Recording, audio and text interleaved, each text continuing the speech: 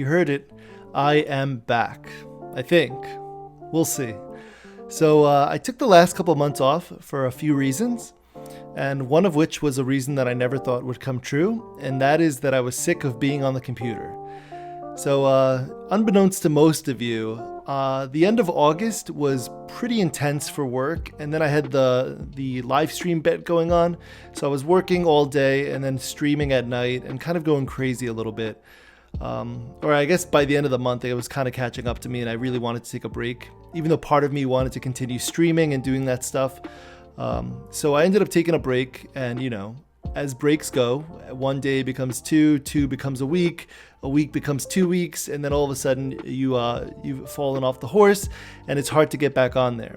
It's tough to be mentally thinking all day on the computer working, and then as soon as 5 o'clock comes around or the end of the workday, and then hopping back on the computer and spending the next 5 hours making, shooting, editing a video. And so it was really hard for me to want to do that. My brain kind of wanted just to shut off at the end of work. And so I ended up doing that a lot, way too much.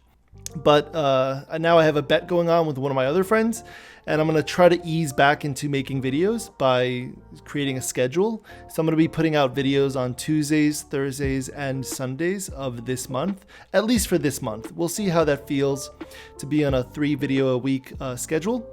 So if you have ideas for videos that I should make, please post them down in the comments below. And it's very likely that I'll make a video on whatever it is that you suggest, because I don't have very many ideas right now of things to make.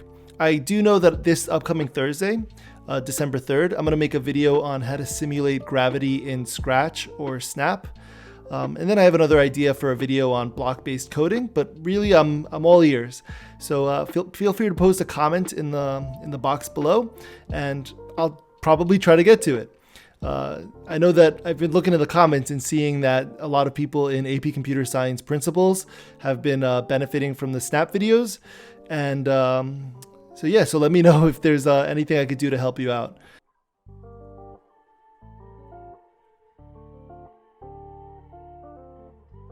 So Jenica and Stuart both said hi and hello.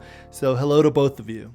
Rahil says, subscribed, found out more than I was looking for. It was very helpful. Thank you. Thank you for the kind words, Rahil. Hopefully the upcoming videos will help you out too. Naga is asking, how do I make, join, or create a class? So I'm assuming this is for Google Classroom. And so to do that, you click on the top right button. When you go to classroom.google.com, there's a little plus sign. If you click on that, you have the option of creating a class or joining a class. Naga also says, please show your computer. And so this computer I actually got a few days ago. If you were following along in my live stream challenge, I actually bought a brand new iMac 2020 in August, and it was working okay for the first month, but then it started making like a really weird sound. And so that was another headache that I had to deal with. So I took it back 3 times. The first 2 times they didn't fix the problem and they actually created more problems. And the 3rd time they were willing to give me a refund. So they gave me a refund and I just basically rebought it. And so far this computer hasn't given me any problems. Wilfredo gives me 3 claps, so thank you, Wilfredo.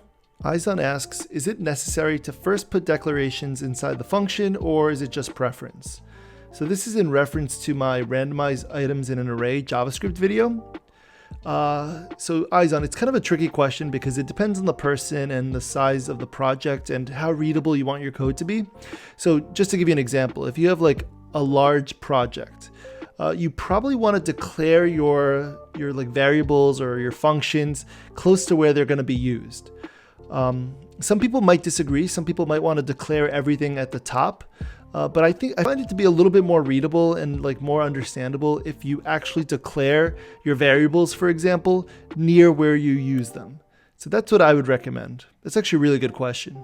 Ismail says, love it. Thank you.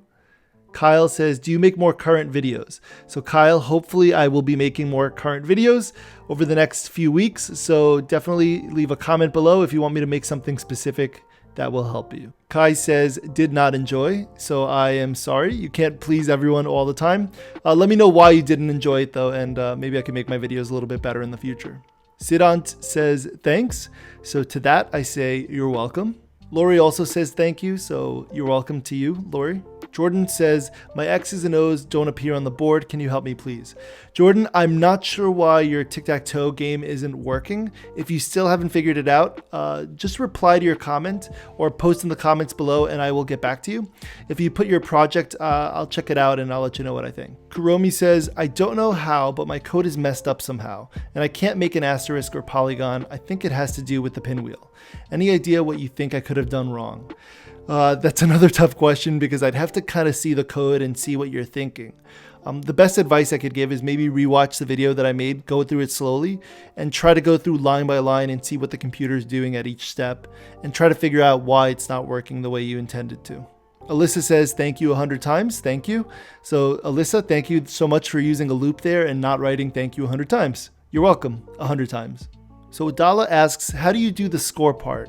And so this is from the Click Alonzo video on making it a game.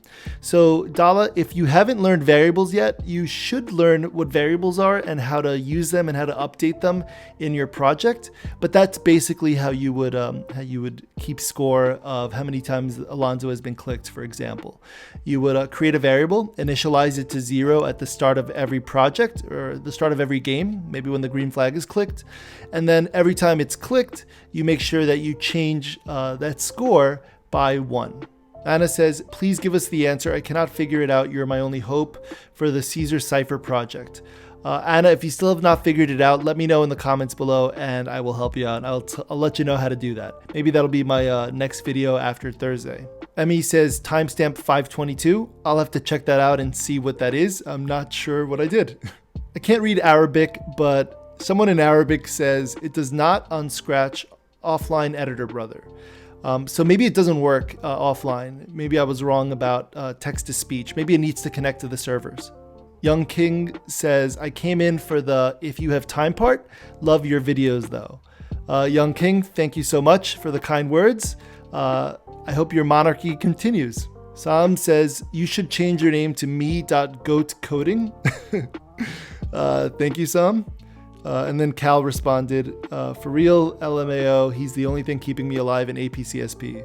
Well, hopefully I am helping you out, Cal, and hopefully you're still alive. Tim says lit. I agree. Coding is lit. A Skeleton Christmas says, I was trying to make a game that can change music randomly.